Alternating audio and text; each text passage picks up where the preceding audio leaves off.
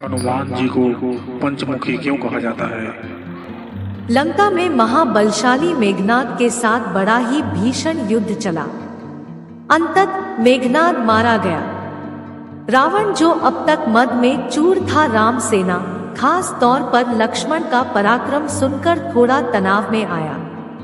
रावण को कुछ दोहखी देखकर रावण की मां कैकसी ने उसके पाताल में बसे दो भाइयों अहिरावण और महिरावण की याद दिलाई। रावण को याद आया कि यह दोनों तो उसके बचपन के मित्र रहे हैं। लंका का राजा बनने के बाद उनकी सुध ही नहीं रही थी। रावण यह भली प्रकार जानता था कि अहिरावण व महिरावण तंत्र मंत्र के महापंडित, जादू टोने के धनी और मां कामाक्षी के परम भक्त हैं। रावण ने उन्हें बुला भेजा और कहा कि वह अपने छल बल कौशल से श्री राम व लक्ष्मण का सफाया कर दे। यह बात दूतों के जरिए विभीषण को पता लग गई। युद्ध में अहिरावण व महिरावण जैसे परम मायावी के शामिल होने से विभीषण चिंता में पड़ गए। विभीषण को लगा कि भगवान श्री राम और लक्ष्मण की सुरक्षा व्यवस्था और कड़ी करनी पड़ेगी। इसके लिए उन्हें सबसे बेहतर लगा कि इसका जिम्मा परम वीर हनुमान जी को सौंप दिया जाए। राम लक्ष्मण की कुटिया लंका में सुवेल पर्वत पर बनी थी। हनुमान जी ने भगवान श्री राम की कुटिया के चारों ओर एक सुरक्षा घेरा खींच दिया। कोई जादू टोना, तंत्र मंत्र का असर या मायावी राक्षस इसके भीतर नहीं घुस सकता था। अहिरावण और महिरावण श्री राम और लक्ष्मण को मारने उनकी कुटिया तक पहुँचे पर इस सुरक्षा घेरे के आगे उनकी एक न चली, असफल रहे। ऐसे में उन्होंने एक चाल चली। महिरावण विभीषण का रूप धर के कुटिया में घुस गया। राम व लक्ष्मण पत्थर की सपाट शिलाओं पर गहरी नींद सो रहे थे। दोनों राक्षसों ने बिना आहट के शिला समेत दोनों भाइयों को उठा लिया और अपने निवास पाताल की ओर लेकर चल दिए। विभीषण लगातार सतर्क थे। उन्हें कुछ देर में ही पता चल गया कि कोई अनहोनी घट चुकी है। विभीषण को महिरावण पर शक था। उन्हें राम लक्ष्मण की जान की चिंता सताने लगी। विभीषण ने हनुमान जी को महिरावण के बारे में बताते हुए कहा कि वे उसका पीछा करें। लंका में अपने रूप में घूमना राम भक्त हनुमान के लिए ठीक न था, सो उन्होंने पक्षी का रूप धारण कर लिया और पक्षी का रूप में ही निकुंभला नगर पहुंच गए। निकुंभला नगरी में पक्षी रूप धरे हनुमान जी ने कबूतर और कबूतरी को आपस में बतियाते सुना। कबूतर कबूतरी से कह रहा था कि अब रावण की जीत पक्की है। अहिरावण व महिरावण राम लक्ष्मण को बलि चढ़ा देंगे। बस सारा युद्ध समाप्त। कबूतर की बातों से ही बजरंग बली को पता चला कि दोनों राक्षस राम लक्ष्मण को सोते में ही उठाकर कामाक्षी देवी को बलि चढ़ाने पाताल लोक ले गए हैं। हनुमान जी वायु वेग से रसातल की ओर बढ़े और तुरंत वहां पहुंचे। हनुमान जी को रसातल के प्रवेश द्वार पर एक अद्भुत पहरेदार मिला। इसका आधा शरीर वानर का और आधा मछली का था। उसने हनुमान जी को पाताल में प्रवेश से रोक दिया। द्वारपाल हनुमान जी से बोला कि मुझको परास्त किए बिना तुम्हारा भीतर जाना असंभव है। दोनों में लड़ाई ठन गई। हनुमान जी की आशा के विपरीत यह बड़ा ही बलशाली और कुशल योद्धा निकला। दोनों ही बड़े बलशाली थे। दोनों में बहुत भयंकर युद्ध हुआ, परंतु वह बजरंग बली के आगे न टिक सका। आखिरकार हनुमान जी ने उसे हरा तो दिया, पर उस द्वारपाल की प्रशंसा करने से नहीं रह सके। हनुमान जी ने उस वीर से पूछा कि हे वीर, तुम अपना परिचय दो। तुम्हारा स्वरूप भी कुछ ऐसा है कि उससे कौतूहल हो रहा है। उस वीर ने उत्तर दिया, मैं हनुमान का पुत्र हूँ और एक मछली से पैदा हुआ हूँ। मेरा नाम है मकरध्वज। हनुमान जी ने यह सुना तो आश्चर्य में पड़ गए। वह वीर की बात सुनने लगे। मकरध्वज ने कहा, लंका दहन के बाद हनुमान जी समुद्र में अपनी अग्नि शांत करने पहुंचे। उनके शरीर से पसीने के रूप में तेज गिरा। उस समय मेरी माँ ने आहार के लिए मुख खोला था। वह तेज मेरी माता ने अपने मुख में ले लिया और गर्भवती हो गई। उसी से मेरा जन्म हुआ है। हनुमान जी ने जब यह सुना तो मकरध्वज को बताया कि वह ही हनुमान है। मकरध्वज ने हनुमान जी के चरण स्पर्श किए और हनुमान जी ने भी अपने बेटे को गले लगा लिया और वहां आने का पूरा कारण बताया। उन्होंने अपने पुत्र से कहा कि अपने पिता के स्वामी की रक्षा में सहायता करो। मकरध्वज ने हनुमान जी को बताया कि कुछ ही देर में राक्षस बलि के लिए आने वाले हैं। बेहतर होगा कि आप रूप बदलकर कामाक्षी के मंदिर में जाकर बैठ जाएं। उनको सारी पूजा झरोखे से करने को कहें। हनुमान जी ने पहले तो मधुमक्खी का वेश धरा और माँ कामाक्षी के मंदिर में घुस गए। हनुमान जी ने माँ कामाक्षी को नमस्कार कर सफलता की कामना की और फिर पूछा, हे माँ, क्या आप वास्तव में श्री राम जी और लक्ष्मण जी की बलि चाहती हैं? हनुमान जी के इस प्रश्न पर माँ कामाक्षी ने उत्तर दिया कि नहीं, मैं तो दुष्ट अहिरावण व महिरावण की बलि चाहती हूँ। यह दोनों मेरे भक्त तो हैं पर अधर्मी और अत्याचारी भी हैं। आप अपने प्रयत्न करो, सफल रहोगे। मंदिर में 5 दीप जल रहे थे। अलग अलग दिशाओं और स्थान पर माँ ने कहा, यह दीप अहिरावण ने मेरी प्रसन्नता के लिए जलाए हैं। जिस दिन ये एक साथ बुझा दिए जा सकेंगे उसका अंत सुनिश्चित हो सकेगा। इस बीच गाजे बाजे का शोर सुनाई पड़ने लगा। अहिरावण महिरावण बलि चढ़ाने के लिए आ रहे थे। हनुमान जी ने अब माँ कामाक्षी का रूप धरा। जब अहिरावण और महिरावण मंदिर में प्रवेश करने ही वाले थे कि हनुमान जी का महिला स्वर गूंजा। हनुमान जी बोले, मैं कामाक्षी देवी हूँ और आज मेरी पूजा झरोखे से करो। झरोखे से पूजा आरंभ हुई। ढेर सारा चढ़ावा माँ कामाक्षी को झरोखे से चढ़ाया जाने लगा। अंत में बंधक बलि के रूप में राम लक्ष्मण को भी उसी से डाला गया। दोनों बंधन में बेहोश थे। हनुमान जी ने तुरंत उन्हें बंधन मुक्त किया। अब पाताल लोक से निकलने की बारी थी, पर उससे पहले माँ कामाक्षी के सामने अहिरावण महिरावण की बलि देकर उनकी इच्छा पूरी करना और दोनों राक्षसों को उनके किए की सजा देना शेष था। अब हनुमान जी ने मकरध्वज को कहा कि वह अचेत अवस्था में लेटे हुए भगवान राम और लक्ष्मण का खास ख्याल रखे और उसके साथ मिलकर दोनों राक्षसों के खिलाफ युद्ध छेड़ दिया। पर यह युद्ध आसान न था। अहिरावण और महिरावण बड़ी मुश्किल से मरते तो फिर 5-5 के रूप में जिंदा हो जाते।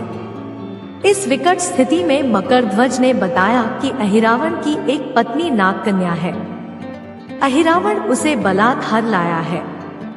वह उसे पसंद नहीं करती पर मन मार के उसके साथ है। वह अहिरावण के राज जानती होगी। उससे उसकी मौत का उपाय पूछा जाए। आप उसके पास जाएं और सहायता मांगे।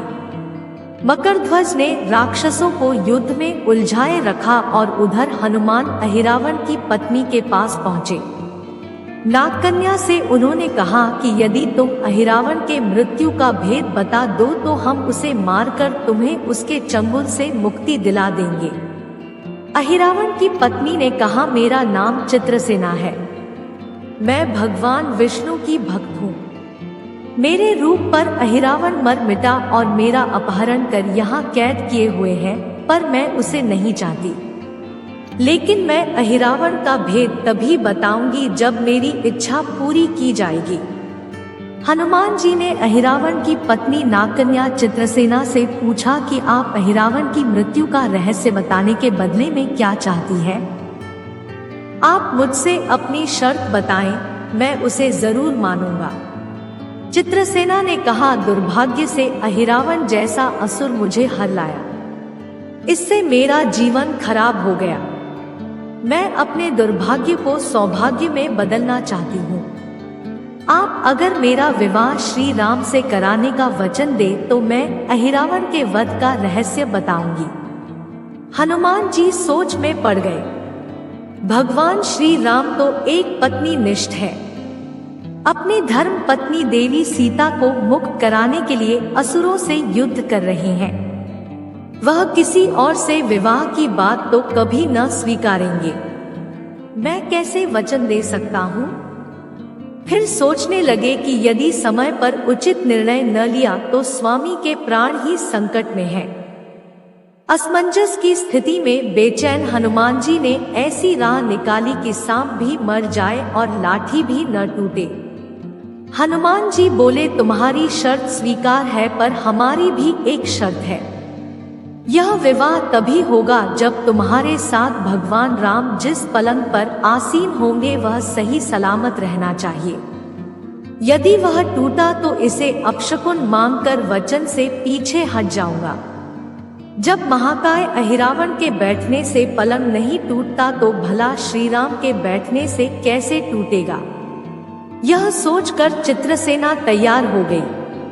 उसने अहिरावण समेत सभी राक्षसों के अंत का सारा भेद बता दिया।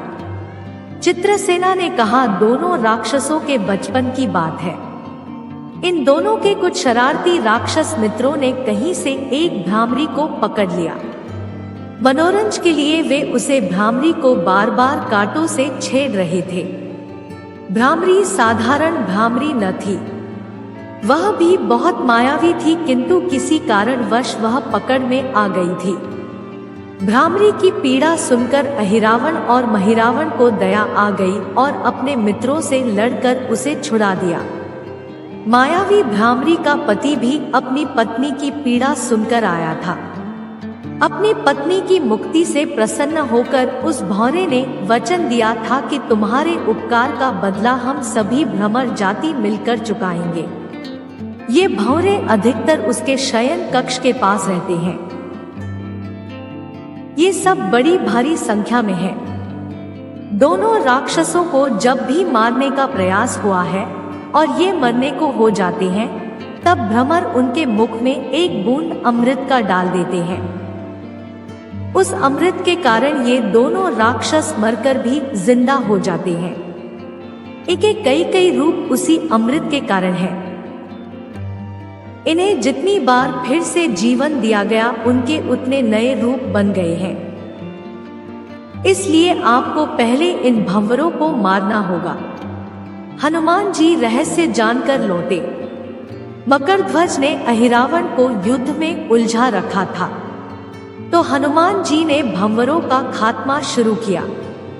वे आखिर हनुमान जी के सामने कहां तक टिकते? जब सारे भ्रमर खत्म हो गए और केवल एक बचा तो वह हनुमान जी के चरणों में लौट गया। उसने हनुमान जी से प्राण रक्षा की याचना की। हनुमान जी पसीज गए। उन्होंने उसे क्षमा करते हुए एक काम सौंपा। हनुमान जी बोले, मैं तुम्हें प्राण दान देता हूँ, पर इस शर्त पर कि तुम यहाँ से तुरंत चले जाओगे और अहिरावण की पत्नी के पलंग की पाटी में घुसकर जल्दी से जल्दी उसे पूरी तरह खोखला बना दोगे। भंवरा तत्काल चित्रसेना के पलंग की पाटी में घुसने के लिए प्रस्थान कर गया।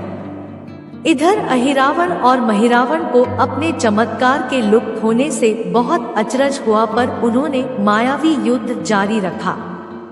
भ्रमरों को हनुमान जी ने समाप्त कर दिया। फिर भी हनुमान जी और मकरध्वज के हाथों अहिरावण और महिरावण का अंत नहीं हो पा रहा था।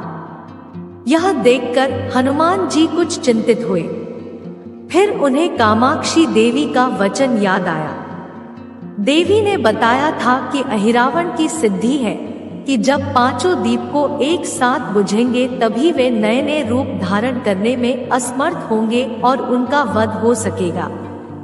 हनुमान जी ने तत्काल पंचमुखी रूप धारण कर लिया। उत्तर दिशा में वराह मुख, दक्षिण दिशा में नरसिंह मुख, पश्चिम में गरुड़ मुख, आकाश की ओर हयग्रीव मुख एवं पूर्व दिशा में हनुमान मुख। उसके बाद हनुमान जी ने अपने पांचों मुख द्वारा एक साथ पांचों दीपक बुझा दिए। अब उनके बार बार पैदा होने और लंबे समय तक जिंदा रहने की सारी आशंकाएं समाप्त हो गई थी।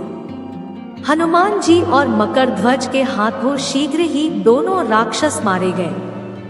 इसके बाद उन्होंने श्री राम और लक्ष्मण जी की मूर्छा दूर करने के उपाय किए। दोनों भाई होश में आ गए। चित्रसेना भी वहां आ गई थी। हनुमान जी ने कहा, प्रभु, अब आप अहिरावण और महिरावण के छल और बंधन से मुक्त हुए, पर इसके लिए हमें इस नागकन्या की सहायता लेनी पड़ी थी। अहिरावण इसे बलपूर्वक उठा लाया था। वह आपसे विवाह करना चाहती है। कृपया उससे विवाह कर अपने साथ ले चले, इससे उसे भी मुक्ति मिलेगी। श्री राम हनुमान जी की बात सुनकर चकराए। इससे पहले कि वह कुछ कह पाते, हनुमान जी ने ही कह दिया, भगवान आप तो मुक्तिदाता है। अहिरावण को मारने का भेद इसी ने बताया है। इसके बिना हम उसे मारकर आपको बचाने में सफल न हो पाते। कृपा निधान इसे भी मुक्ति मिलनी चाहिए, परंतु आप चिंता न करें। हम सबका जीवन बचाने वाले के प्रति बस इतना कीजिए कि आप बस इस पलंग पर बैठिए, बाकी का काम मैं संपन्न करवाता हूँ। हनुमान जी इतनी तेजी से सारे कार्य करते जा रहे थे कि इससे श्री राम जी और लक्ष्मण जी दोनों चिंता में पड़ गए। वह कोई कदम उठाते कि तब तक हनुमान जी ने भगवान राम की बाह पकड़ ली। हनुमान जी ने भावावेश में प्रभु श्री राम की बाह पकड़कर चित्रसेना के उस सजेजे विशाल पलंग पर बिठा दिया। श्री राम कुछ समझ पाते कि तभी पलंग की खोखली पाटी चरमरा कर टूट गई। पलंग धराशायी हो गया। चित्रसेना भी जमीन पर आ गिरी। हनुमान जी हंस पड़े और फिर चित्रसेना से बोले, अब तुम्हारी शर्त तो पूरी हुई नहीं, इसलिए यह विवाह नहीं हो सकता। तुम मुक्त हो और हम तुम्हें तुम्हारे लोग भेजने का प्रबंध करते हैं। चित्रसेना समझ गई कि उसके साथ छल हुआ है। उसने कहा कि उसके साथ छल हुआ है। मर्यादा पुरुषोत्तम के सेवक उनके सामने किसी के साथ छल करे, यह तो बहुत अनुचित है। मैं हनुमान को श्राप दूंगी। चित्रसेना हनुमान जी को श्राप देने ही जा रही थी कि श्री राम का सम्मोहन भंग हुआ। वह इस पूरे नाटक को समझ गए। उन्होंने चित्रसेना को समझाया, मैंने एक पत्नी धर्म से बंधे होने का संकल्प लिया है, इसलिए हनुमान जी को यह करना पड़ा। उन्हें क्षमा कर दो। क्रुद्ध चित्रसेना तो उनसे विवाह की जिद पकड़े बैठी थी। श्री राम ने कहा, मैं जब द्वापर में श्री कृष्ण अवतार लूंगा तब तुम्हें सत्यभामा के रूप में अपनी पटरानी बनाऊंगा। इससे वह मान गई। हनुमान जी ने चित्रसेना को उसके पिता के पास पहुंचा दिया। चित्रसेना को प्रभु ने अगले जन्म में पत्नी बनाने का वरदान दिया था। भगवान विष्णु की पत्नी बनने की चाह में उसने स्वयं को अग्नि में भस्म कर लिया। श्री राम और लक्ष्मण, मकरध्वज और हनुमान जी सहित वापस लंका में सुवेल पर्वत पर लौट आए। जय पंचमुखी हनुमान। ऐसी ही और वीडियो के लिए हमारे चैनल को सब्सक्राइब करें। धन्यवाद।